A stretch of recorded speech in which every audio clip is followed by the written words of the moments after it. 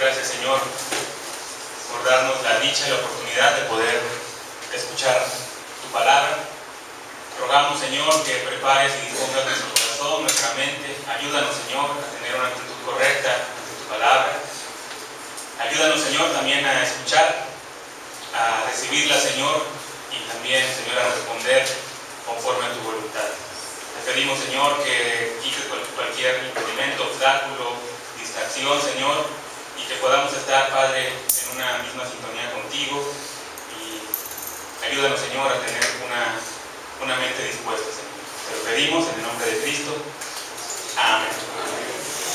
Amén. Hermanos, permítanme compartir con ustedes, antes de iniciar la predicación, el sermón, la enseñanza, uno de los momentos más tristes o más difíciles que el Señor me ha permitido vivir, y lo quiero compartir para gloria del Señor. Es una situación que sucedió hace ya muchos años, hace como 10 años. Estaba terminando mi carrera universitaria, me encontraba en otra ciudad estudiando fuera de casa, y bueno, ya saben, ¿no? Como todo joven universitario se enfrenta a muchas situaciones cuando está fuera de casa, mucho más cuando está uno fuera de casa. Yo me había ido a estudiar a Puebla, tenía apenas 2 años de convertido, y ya saben, ¿no? El amor, el primer amor, iba con toda la convicción y todo el deseo de llegar a Puebla, encontrar una iglesia, congregarme, servir y entregar mi vida completamente al Señor, a donde fuera que Él me enviara. Pero por la suma de malas y pequeñas decisiones nos fui enfriando. En primer lugar, dejé de congregarme, luego dejé de estudiar la palabra, dejé de orar, y las tentaciones que al principio parecían no hacerme nada, conforme mi relación con Dios fue disminuyendo, fue debilitándose, obviamente las tentaciones se hacían más fuertes. Y en el lapso de 5 años que estuve estudiando allá, pues al final de esos 5 años me encontré con que había estado cediendo a cada una de esas tentaciones, las tentaciones que todo joven universitario puede enfrentarse, ¿no? Fiestas, vicios, etcétera, etcétera. Y como es de esperarse, el Señor en su gracia pues me hizo reflexionar, pero de una manera muy dolorosa. Hubo un tiempo en el que algo pasó en mi vida que caí en un momento de realmente de profunda tristeza, de no hallar consuelo, de no hallar paz, de no hallar ni siquiera en Dios una paz, la paz que yo necesitaba. Recuerdo que me encontraba a veces, de hecho dejé de ir a la universidad. Mi papá, yo creo que no lo supieron, pero dejé de ir a la universidad. Mi papá dejé de ir a la universidad. Yo ya había terminado la carrera, pero me encontraba haciendo mi trámite de titulación y todo, pero llegó un momento en mi vida que por la gracia del Señor comencé a hacerme preguntas, ¿no? Dije, ¿en qué momento permití que llegara mi vida a este punto, ¿no?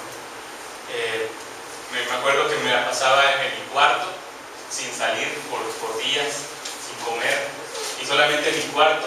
Recuerdo que toda la tarde y toda la mañana me la pasaba dormido en mi cuarto, tirado en mi cama, y las noches me las pasaba en vela, despierto, mirando hacia el techo, haciéndome muchas preguntas, cuestionándome en qué momento pasó todo esto, cómo es que llegué a este punto.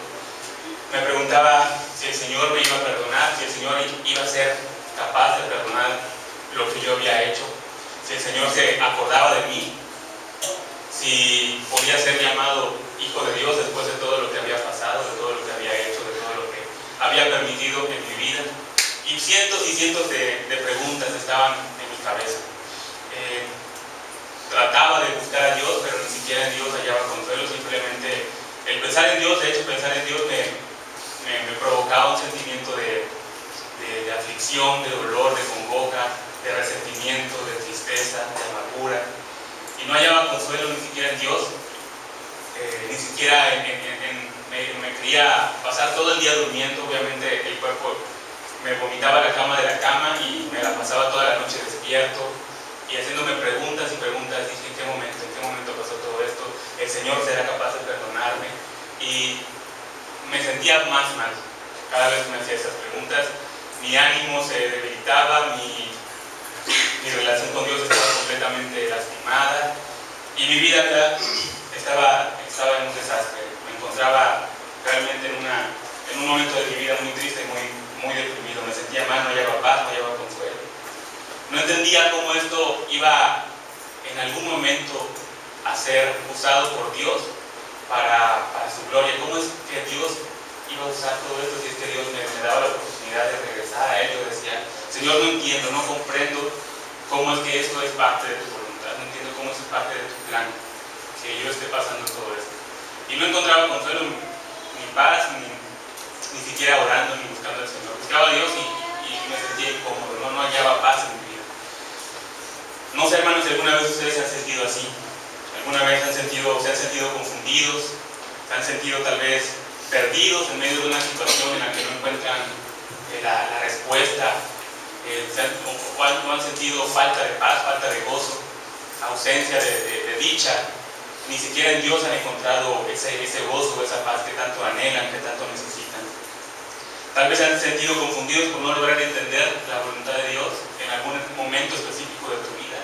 O no has encontrado paz en esta situación que estás pasando o que has pasado en tu vida. Te has encontrado tal vez con un sentimiento de que Dios te ha olvidado, que Dios te ha rechazado, que Dios se ha olvidado de ti. Y precisamente, hermanos, esto es lo que el día de hoy vamos a hablar. Y vamos a estudiar el Salmo 77 para ver qué es lo que dice Dios acerca de esto. Entonces les invito, por favor, a que vayamos al Salmo 77.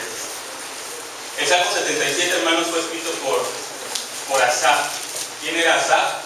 Asaf era, digamos, el director musical, era el director de las alabanzas en el templo de David. Él era director, era músico y había escrito 12 salmos, incluido el Salmo 77. Al parecer, por lo que se comenta en el Salmo que vamos a estudiar, el Salmo fue escrito durante el exilio babilónico. Estaba pasando junto con el pueblo de Israel una experiencia igualmente dolorosa, no entendía, estaba confundido lo que estaba pasando y por eso escribe este Salmo. Mientras vamos a estar leyendo el Salmo, recordemos que el Salmo es parte de los libros poéticos, utiliza un lenguaje poético, utiliza un lenguaje diferente al que hemos estado estudiando en las cartas de Pablo, en los libros históricos. Es un libro poético. Y algo muy característico de la poesía hebrea es que cuando quiere enfatizar una idea que considera el autor muy importante, lo que hace es repetirlo una y otra vez. Lo repite en el versículo 1, en el versículo 2 y en el versículo 3, lo repite constantemente, tal vez de la misma manera o con una idea contraria, pero cuando quiere enfatizar una idea que considera muy importante, que quiere comunicar, lo repite una y otra vez. Y es algo de las características que vamos a encontrar en este Salmo, Salmo 77. A eso se le llama paralelismo, cuando en un solo versículo se da una idea, la misma idea de diferentes formas. Entonces vamos a leer el Salmo. Yo dividí, hermanos, el Salmo en 3 momentos, en 3 partes. Y la primera la llamé la necesidad de hallar consuelo en medio de la aflicción. Vamos a leer, hermanos, versículo 1. Dice la palabra del Señor, el versículo 1, simplemente el versículo 1 dice, ¿cómo dice? Con mi voz clamé a Dios clamé, y Él me escuchará. Fíjense, solamente en este versículo, en el versículo 1, encontramos que la palabra clamé a Dios, se repite 2 veces, solamente en ese versículo. Clamé a Dios clamé. 2 veces, dando la idea que realmente el salmista estaba intensamente buscando, clamando a Dios. Fíjense que curiosamente la palabra clamar en el original, clamar, implica una idea de grito, de auxilio, un grito desesperado, un grito de angustia, un grito buscando auxilio, pidiendo el auxilio, en este caso el auxilio, una ayuda divina. Sugiere un grito de angustia, de horror, de tristeza, es un grito desesperado pidiendo auxilio. Algunas otras versiones lo traducen como, si me ayudas, gracias, lo traducen como le grito a Dios, yo grito con todas mis fuerzas y le grito a todo pulmón, dando la idea de que era un grito realmente desesperado, un grito de angustia, un grito que representaba para el salmista todas sus fuerzas, buscando con todas sus fuerzas que el Señor lo escuchara. Tal como un niño recién nacido cuando llama a su mamá, él no sabe comunicarse de otra forma que no sea con lloros, con gritos, con llantos. El bebé llora esperando que su madre le responda. Cuando siente miedo, cuando siente frío, cuando siente necesidad de algo, llora esperando que su madre le responda. Igual, cuando el salmista dice, clamo a Dios clamé, es como si dijera, con esta misma intensidad, clamo, lloro, grito, pidiendo auxilio a Dios, esperando, sabiendo que Él me va a escuchar. Esa era la fuerza con la que el salmista clamaba a Dios, buscaba a Dios. Un grito desesperado, un grito de angustia, de necesidad, en medio de su aflicción. El siguiente versículo nos dice, al Señor busqué en el día de mi angustia. Hasta este momento desconocemos la razón, hermanos, de la aflicción del salmista. Simplemente dice que él clamó a Dios en el día de su angustia. ¿Qué es lo que dice el pasaje que hace el salmista mientras busca o mientras se encuentra en la angustia? Dice ahí que al Señor busqué. Al Señor busqué en el día de mi angustia. El diccionario define la palabra buscar como la acción de procurar o pretender o esforzarse por conseguir algo. Cuando nosotros nos esforzamos por buscar o por conseguir algo muy importante. Aquí en este sentido el uso de la palabra en el contexto bíblico hace referencia a un esfuerzo de buscar a Dios en el sentido de establecer una conexión, una comunión con Él. Implica la idea de ser no una acción que se haga solamente una vez, no es buscar a Dios una vez y ya, sino implica una idea de constantemente buscar a Dios, con insistencia, con anhelo de encontrarlo. Y aquí vemos un pasaje que nos ilustra esta idea. Jeremías 29:13 dice el Señor, y me buscaréis y me hallaréis, porque me buscaréis de todo vuestro corazón. El Señor dice, si me buscas, me vas a encontrar. Si tu anhelo es realmente encontrarte conmigo, yo me dejaré encontrar. Cuando leo este pasaje se me viene a la mente como si fuera un papá jugando a las escondidas con su hijo, y que su hijo está buscándolo, dice, yo me voy a dejar encontrar si tú me buscas. Esa es la idea. Me buscaréis y me hallaréis, porque me buscaréis de todo vuestro corazón. ¿Qué significa, a qué se refiere cuando dice el Señor, buscar de todo vuestro corazón? Se refiere a una búsqueda diligente, a una búsqueda con fuerzas, a una búsqueda con fervor, con vigor, con sinceridad y rectitud. Es decir, buscar al Señor con un anhelo sincero de encontrarnos con Él. ¿Se acuerdan? Hace unas semanas estuvimos estudiando el versículo de Lucas. El pastor nos hacía referencia a este versículo. Y dice el Señor Jesús, luego utilizó la siguiente historia para enseñarles más acerca de la oración. Dice, supongan que uno de ustedes va a la casa de un amigo a medianoche para pedirle que les preste 3 panes y les dices,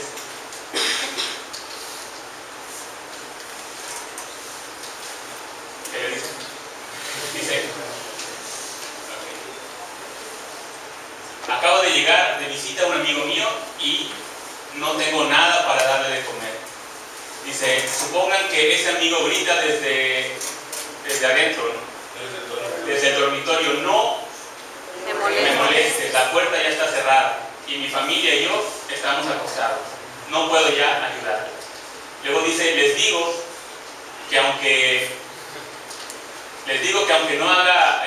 no lo haga por amistad, si sigues tocando a la puerta el tiempo suficiente, Él se levantará y te dará lo que necesitas debido a tu audaz insistencia. Esa es la razón o ese es el corazón del que el Señor está diciendo: si me buscas con esa insistencia, si sigues tocando a la puerta, yo me voy a dejar encontrar y vas a tener un encuentro conmigo. Y es lo que decía el salmista: yo te busco, Señor, con esa insistencia, yo te busco anhelando encontrarme contigo.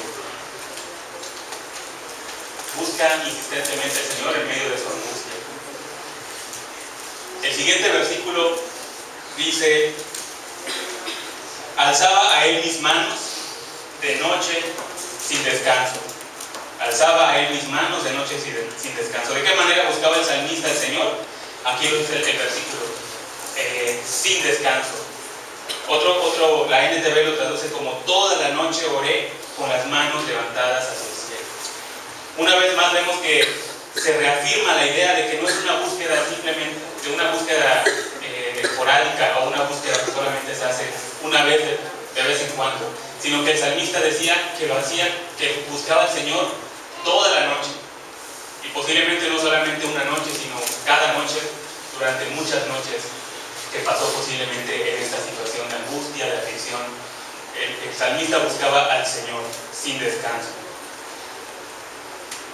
¿Qué hacemos, hermanos, cuando generalmente nos sentimos afligidos, cuando nos sentimos tristes, cuando estamos en una situación incómoda, en esta situación que queremos sentirnos mejor? Generalmente muchas personas se refugian en la comida, ¿no? Algunas veces dicen: bueno, quiero olvidarme de que estoy triste y me voy a refugiar en la comida, salgo a comer, a cenar para olvidarme de la comida.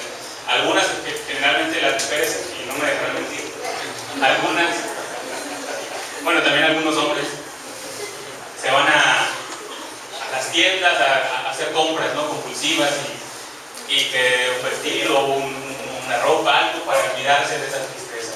Algunos otros prefieren dormir, pasar todo el día dormido para olvidar sus problemas. Algunos otros prefieren hacer ejercicio, salir al gimnasio, gastar todas sus energías y olvidarse de los problemas. Algunos otros, tal vez los jóvenes o más jóvenes, prefieren meterse en las películas, o ir al cine, y olvidarse de sus problemas. Otros escuchar música. Pero todas estas son actitudes, hermanos, evasivas. Son actitudes que nada más están dándole vuelta al problema, pero no están en sí enfrentando la situación. La palabra de Dios nos instruye que al encontrarnos en medio de una situación abrumadora, debemos acudir al único que puede realmente escucharnos y suplir de manera santa nuestra necesidad. Debemos buscar a Dios en medio del desánimo y el dolor. Recuerden, el apóstol Santiago ya escribía en su carta, capítulo 5, versículo 12, y él decía: ¿alguno de ustedes está pasando por dificultades? ¿Qué dice? Que oren. Generalmente, ¿qué hacemos? Bueno, algunas personas, ya veíamos algunos ejemplos de evasión. Algunos de ustedes están pasando por dificultad. No dice ahí que duerma, no dice ahí que salga de compras, no dice ahí que se vaya a comer, o no dice ahí que simplemente el Señor nos instruye, nos anima a buscarle en oración. Cuando estemos tristes, dice la palabra, ¿alguno está triste? Que ore. El Señor nos insta, nos recuerda, nos anima a buscarle con esa insistencia, como lo decía el salmista, en oración, día y noche, buscando al Señor para hallar consuelo. El siguiente versículo nos dice algo muy fuerte, muy curioso. Dice: mi alma rehusaba consuelo. La versión de traducción viviente lo traduce: pero mi alma no encontró consuelo.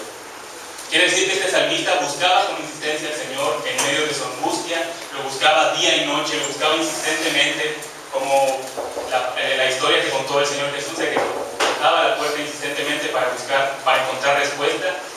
Dice que aún así su alma no encontraba consuelo, no hallaba paz, no hallaba la fuerza, el ánimo que necesitaba para volver a sentirse nuevamente bien con el Señor. Pero ¿qué podía estar produciendo que el espíritu de un creyente? Porque sabemos que Asaf era una persona temerosa del Señor, era una persona que amaba al Señor, estaba en el ministerio de la música, de la alabanza, era el director musical, era una persona que estaba realmente comprometida con el Señor. ¿Cómo es que una persona, un creyente realmente comprometido puede estar pasando por una situación así? Posiblemente la frustración por no encontrar el significado de la voluntad de Dios en una situación específica. Recordemos que Asaf, al estar escribiendo este salmo, se encontraba viviendo el exilio, estaban siendo exiliados todos los israelitas a Babilonia. Y posiblemente no podía entender cómo es que el Señor estaba permitiendo una situación así, una situación difícil, una situación en la que habían caído en manos de los enemigos. Posiblemente también puede ser que era frustración por alguna situación, pero también amargura en su corazón, una amargura escondida que estaba ahí sembrada en el corazón de Asaf. Tal vez un entendimiento equivocado de quién es Dios. Tal vez no entendía a profundidad quién era Dios. O tal vez el cansancio físico y emocional que causa el dolor insoportable de una prueba. ¿Qué otra cosa podría ser? Un pecado no confesado. Un pecado no confesado podría estar también causando esta angustia, esta falta de paz en el corazón de Asaf y en el caso nuestro en el corazón de cada uno de los creyentes. Sea cual sea la razón, el salmista describe esta circunstancia como un momento en el que no hay alivio ni siquiera al buscar a Dios. Era una situación dolorosa que ni siquiera buscando a Dios hallaba consuelo. El siguiente versículo dice: me acordaba de Dios y me conmovía, me quejaba y desmayaba mi espíritu. Mi espíritu desmaya. De hecho, el salmista dice que al acordarse de Dios le producía un dolor tan intenso que emitía gemidos. Me conmovía. Pienso en Dios y gimo, pienso en Dios y me conmuevo, realmente me aflijo. Me causa un dolor tal que gimo. ¿Alguna vez has sentido un dolor así tan intenso, tal vez un dolor de estómago, un dolor de cabeza, que le ha producido un dolor que hasta emite sonidos de dolor? Pues esa era la situación de Asaf. Esta era la situación del salmista, que sentía tanto dolor que gemía su espíritu. Dice: mi espíritu desmayaba, su ánimo desfallecía, perdía fuerzas, se sentía realmente débil al estar delante del Señor. El versículo siguiente dice, ¿cómo dice el versículo siguiente? Dice, ¿cómo dice? No me dejabas pegar los ojos, no me dejabas dormir. No sé si les ha pasado alguna vez que han tenido algo en mente, que le han estado dando vueltas y vueltas y vueltas, que pierdes el sueño. Te preocupa tanto que tu mente realmente no descansa, no puedes dormir aunque lo intentes. Así era el dolor del salmista, era una angustia tal que ni siquiera en la noche, cuando es la noche de descanso, podía descansar, no hallaba consuelo. Dice, el Señor no me dejaba dormir, no podía hallar consuelo, no podía hallar descanso, pensando una y otra vez lo que le estaba causando esta aflicción. El siguiente versículo dice, estoy tan afligido que ni siquiera puedo orar, ni siquiera puedo hablar, estoy tan quebrantado que no puedo hablar. No sé si les ha pasado, hermanos, que a veces cuando estamos en una oración congregacional, cuando estamos con un grupo de hermanos y estamos orando, o sea, a veces cuando nos toca, o bueno, cuando estamos orando en nuestra mente, ni siquiera podemos hilar una oración. Comenzamos a orar y de pronto ya estamos pensando en otra cosa. O cuando estamos aquí cantando, todos juntos, cantándole al Señor. Decía un pastor que cuando, no sé qué tan cierto sea, pero decía que cuando hay pecado en nuestra vida, en nuestro corazón, un pecado no confesado, ni siquiera podemos tener fuerzas para cantar o para alabar al Señor. Decía ahí entonces que estaba tan afligido, tan dolido, tan desesperado, que ni siquiera podía hablar con Dios, ni siquiera podía orar, no podía hablar, no tenía fuerzas ni ánimo para emitir un sonido o una palabra para su Dios. Tan quebrantado que no podía ni hablar. En estos versículos vemos el sufrimiento y la desesperanza de un alma que se encuentra abatida, angustiada, afligida, y que y que necesita urgentemente hallar consuelo, pero que no lo encuentra. Él buscaba al Señor, pero no encontraba consuelo. Y es aquí donde entramos a la segunda parte. ¿Qué podría estar causando esta aflicción? No, todavía no nos dice qué podría estar causando esta aflicción. Simplemente dice que estaba afligido, que buscaba al Señor, pero que no encontraba consuelo. ¿Qué podría estar causando que el salmista no encontrara consuelo? Dice ahí, punto número 2. Le llamo pensamientos tóxicos en la aflicción. El versículo siguiente dice: consideraba los días desde el principio, los años de los siglos. Me acordaba de mis cánticos de noche. Ahí está.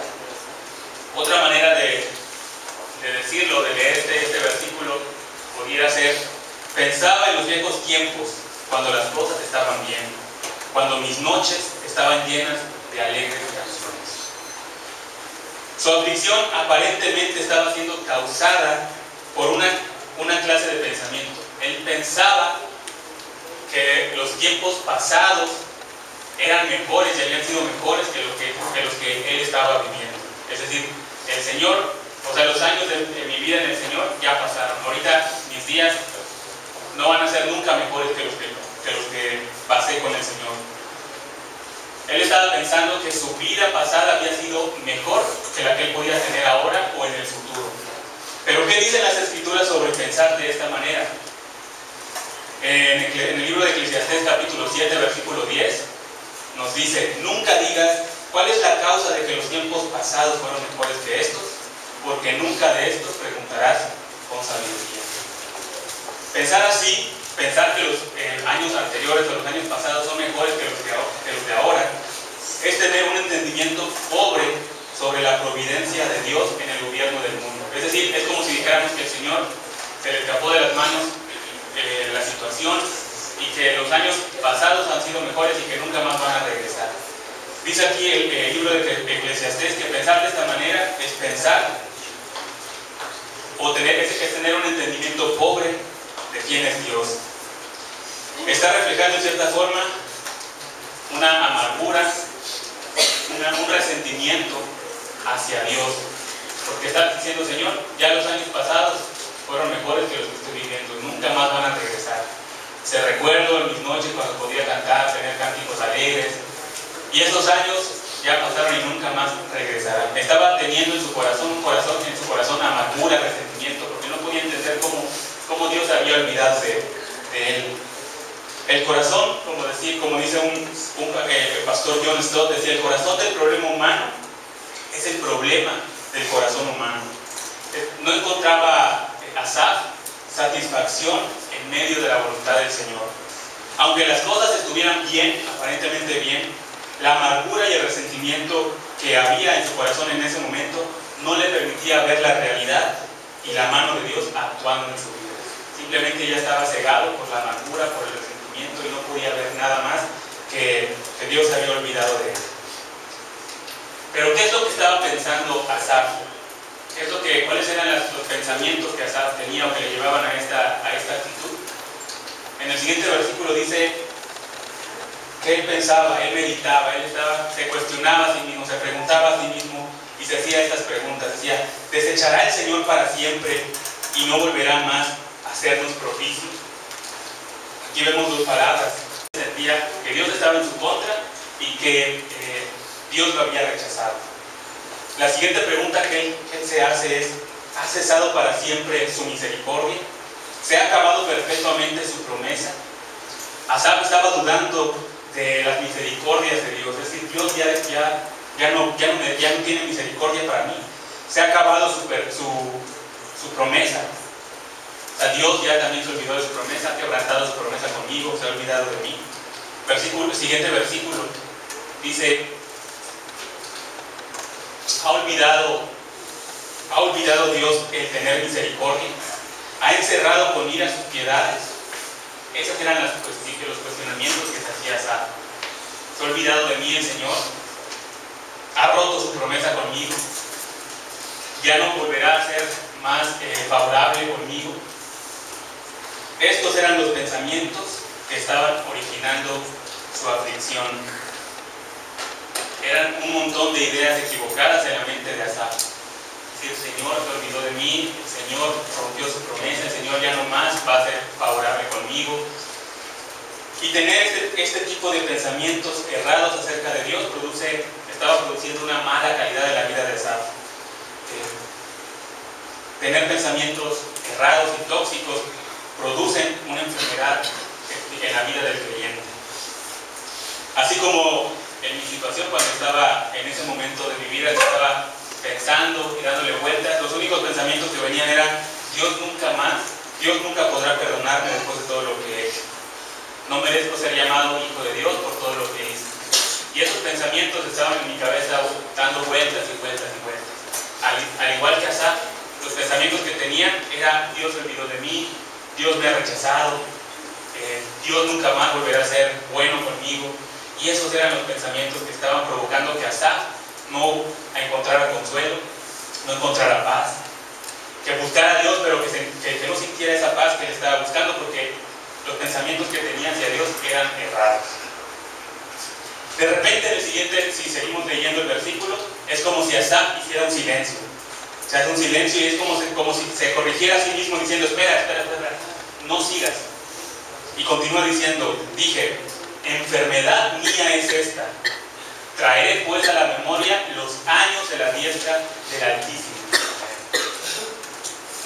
Otra versión que encontré que se acomoda o que puede traducirse también de esta forma es: esta es mi debilidad, pensar que la diestra del Altísimo pudo cambiar. Esto es lo que estaba causando la enfermedad, la angustia de Asaf, pensar que la diestra de Dios pudo haber cambiado. Y es ahí donde empieza su recuperación. Dice: espera, todo esto que estoy pensando, esto es la causa de mi enfermedad, esto es la causa de que yo esté así, esto es la causa de mi debilidad, de mi aflicción. Pensar que Dios pudo haber cambiado, pensar que Dios pudo haber dejado de ser bondadoso conmigo, de ser bueno conmigo. Esto es lo que está causando mi aflicción. Estos pensamientos que tengo son los que están causando mi enfermedad. Y aquí es donde comienza Asaf a recuperarse. En los siguientes versículos, la parte 3, que le llamo pensamientos bíblicos contra la aflicción. Y leemos en el siguiente versículo, dice: me acordaré de las obras de Yahvé. Sí, haré yo memoria de sus maravillas antiguas. Meditaré en todas tus obras y hablaré de tus hechos. ¿Qué es lo que hace Asaf? Acordarse, traer a la memoria, meditar. Son todas estas ideas las que, y no solamente eso, sino también dice: hablaré de tus maravillas, hablaré de las cosas buenas que tú has hecho. Un pastor, Christopher Shaw, decía: recordar las victorias obtenidas y las bondades recibidas ofrece la mejor garantía a la esperanza de futuras intervenciones divinas en nuestras vidas. Es decir, lo que estaba diciendo Asaf es: voy a dejar de pensar de esta manera, que Dios se ha olvidado de mí, que Dios ya no volverá a ser bondadoso conmigo. Dice: y voy a traer a la memoria, voy a recordar las obras del Señor. Voy a hacer memorias de las maravillas del Señor. Voy a meditar en las obras del Señor. Y dos cosas principalmente traen consuelo al salmista. Número uno, que el camino de Dios es santo. En el siguiente versículo dice: oh Dios, santo es tu camino. ¿Qué Dios es grande como nuestro Dios? Entonces el salmista reconoce que el camino de Dios es santo. Es lo que él reconoce o aprende o recuerda. El camino de Dios es santo. ¿Por qué Asaf utiliza la palabra santo? ¿Por qué no utiliza un adjetivo como bueno, como sabio? ¿Por qué utiliza la palabra santo? Bueno, recordamos o sabemos que la palabra santo implica la idea de que es algo consagrado, algo que está apartado, algo que está dedicado para un propósito especial. Y por eso los caminos del Señor son santos, porque están apartados para un propósito especial. Tienen un propósito divino, un propósito que tienen que cumplir, el propósito por el cual Dios los pone. Y vemos, por ejemplo, pasajes como Romanos 8:28 que nos recuerdan los propósitos del Señor. Dice: y sabemos que los que aman a Dios, todas las cosas les ayudan a bien, esto es, a los que conforme a su propósito son llamados. Entonces vemos que todas las cosas ayudan a bien, tienen un propósito. ¿Y cuál es ese propósito? El propósito que está conformado al Señor. Los propósitos del Señor son santos. Otro pasaje que también podemos encontrar este principio está en Jeremías 29:11. Dice el Señor: yo sé los planes que tengo para ustedes, dice el Señor. Planes para lo bueno y no para lo malo, para darles un futuro y una esperanza. Entonces el Señor tiene un plan, y dice que ese plan son planes para el bien, planes para lo bueno, para darnos un futuro y una esperanza. Entonces el salmista estaba recordando que los planes del Señor son santos, tienen un fin santo, un fin bueno, un fin que cumple el propósito del Señor. Ese era el primer principio que estaba recordando Asaf. Dice el Señor, los planes, los caminos del Señor son santos, tienen un fin, un propósito. Y el segundo principio que Asaf recuerda o aprende es que el camino de Dios es poderoso. Toda la sección siguiente de los versículos 14 al 20 es un resumen de lo que el Señor hizo con su pueblo desde la salida de Egipto hasta la entrada de Canaán. Y le voy a pedir por favor que veamos todos juntos el versículo del 14 al 20. Dice así la palabra del Señor. ¿Me ayudan ustedes? 14 al 20. Dice: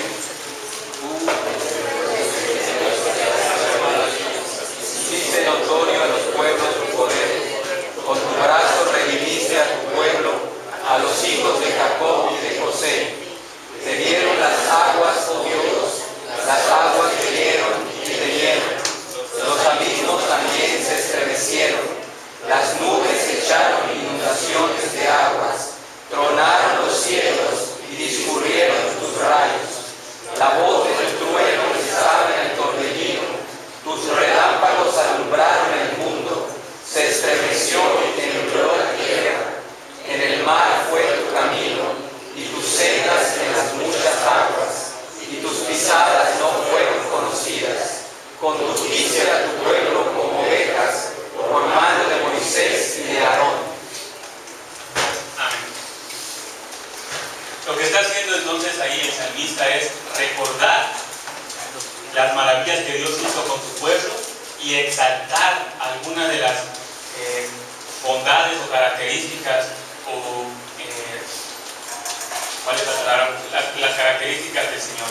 Por ejemplo, en este caso, en el versículo 14, exalta el poder del Señor para hacer maravillas en medio de los pueblos. En el versículo 15, exalta su poder para salvar. En el versículo 16, el salmista recuerda y exalta la majestuosidad y la supremacía de Dios sobre la creación. En el versículo 17 y 18, el salmista recuerda y exalta que Dios es soberano y omnipotente sobre todo lo que existe. Y en el versículo 19 y 20, recuerda y exalta el poder y la providencia del Señor. Entonces, hermanos, recordemos, ahí vemos a Asaf, que al principio de los primeros versículos del Salmo, él está afligido buscando al Señor, pero no haya consuelo. No haya consuelo en el Señor, porque en los siguientes versículos vemos que es debido a un entendimiento equivocado de quién era Dios. Vemos que él comienza a pensar que Dios ya está olvidado de mí, Dios me ha rechazado, Dios ya no volverá a ser propicio conmigo. Pero en el versículo 10 dice: espera, todos estos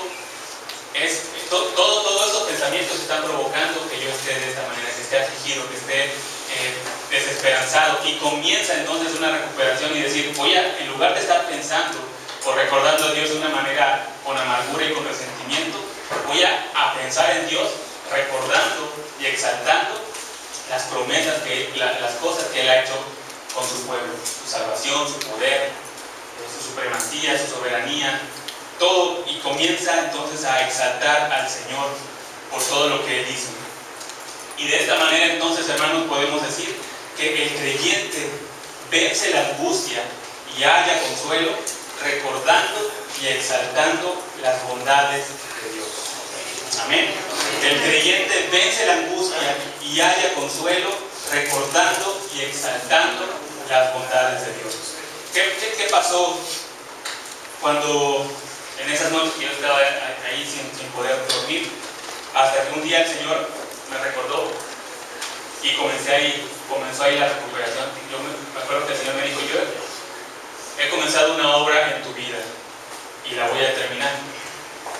Decía, Filipenses 1:6 dice: la obra, estoy convencido, dice Pablo, estoy convencido que la obra que el Señor ha comenzado en nosotros la irá perfeccionando hasta el día en que Jesucristo venga. Y a partir de ahí dije: es cierto, puede ser que haya pasado lo más doloroso, lo más difícil, pero el Señor ha comenzado una obra en mí y la va a terminar hasta el día en que Jesucristo regrese.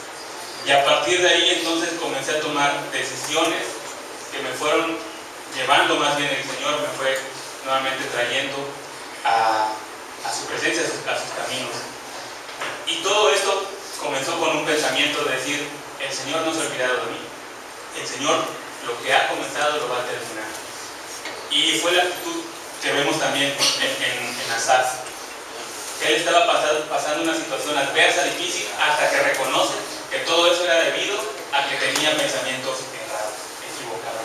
Posiblemente también algunos ustedes han pasado una situación así, que se han encontrado en una situación en la que no encuentran consuelo, no encuentran paz, no entendemos cómo el Señor está permitiendo ciertas circunstancias en nuestra vida, pero tomemos la actitud de decir: enfermedad mía es esta. Esta es la causa de mi aflicción, que puedo pensar que Dios haya podido cambiar. O sea, y el Señor no cambia. Y entonces recordar y exaltar las bondades del Señor nos traen consuelo y nos traen el consuelo que necesitamos en medio de esa angustia. Pero ¿cómo podemos exaltar al Señor? ¿Cómo podemos recordar y exaltar las bondades de Dios? Bueno, conociendo principalmente su palabra, hermanos. Conocer la palabra del Señor, renovando el entendimiento. Esto quiere decir desechando las ideas equivocadas y cambiándolas por el pensamiento bíblico, por un pensamiento bíblico. Vamos a hacer aquí un examen de la mente de Asaf. Decía, ¿qué es lo que pensaba él? Decía, pensaba que Dios lo había rechazado, pero el pensamiento bíblico dice: Dios es un Dios misericordioso. La cita que respalda ese pensamiento bíblico la encontramos en Romanos 11:1. Dice: entonces pregunto, dice Pablo, ¿acaso Dios ha rechazado su propio pueblo, la nación de Israel? Por supuesto que no. Vemos entonces que Dios no rechaza a los que son suyos. El otro pensamiento que tenía Asaf era el siguiente: o sea, pensaba que el amor de Dios se había acabado. Él pensaba que ya Dios nunca más volvería a tener amor para con él. El pensamiento bíblico es que el amor de Dios es para siempre. El salmo o la cita que respalda ese pensamiento está en Salmo 103:17, que dice: pero el amor del Señor permanece para siempre con los que le temen. El amor del Señor nunca se acaba, hermanos.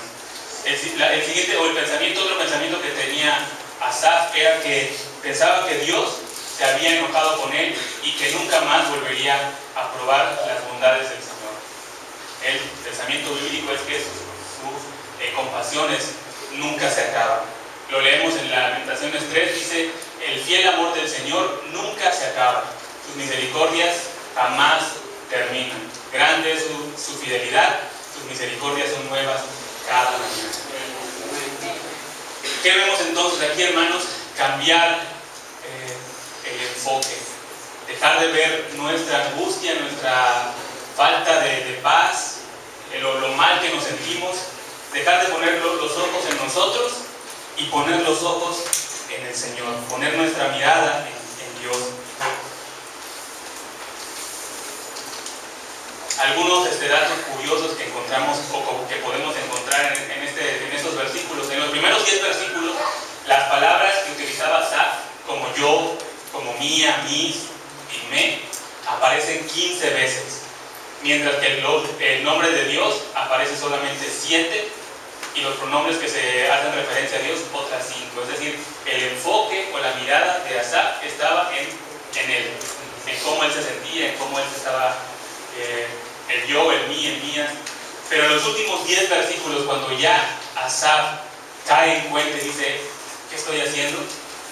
Voy a recordar las bondades de Dios en mi vida, en lugar de estar recordando mi aflicción, mi miseria. En los siguientes versículos, los últimos 10 versículos, encontramos que aparecen los nombres personales solamente ya 2 veces. Y los nombres y pronombres referentes a la deidad se usan más de 20 veces. El enfoque entonces ya no estaba en mí, sino en lo que el Señor es y lo que el Señor ha hecho en nuestras vidas. Toda la tristeza y aflicción puede ser explicada por un enfoque errado en medio de una situación dolorosa. Podemos concluir que al principio del Salmo, hermanos, Asaf parecía ser candidato para una clínica psiquiátrica. Él estaba mal, enfermo, se sentía enfermo, débil, no podía ni siquiera hablar, no hallaba paz. Pero todo lo que necesitaba lo encontró en Dios. Al final del Salmo vemos a un Asaf tranquilo y sereno.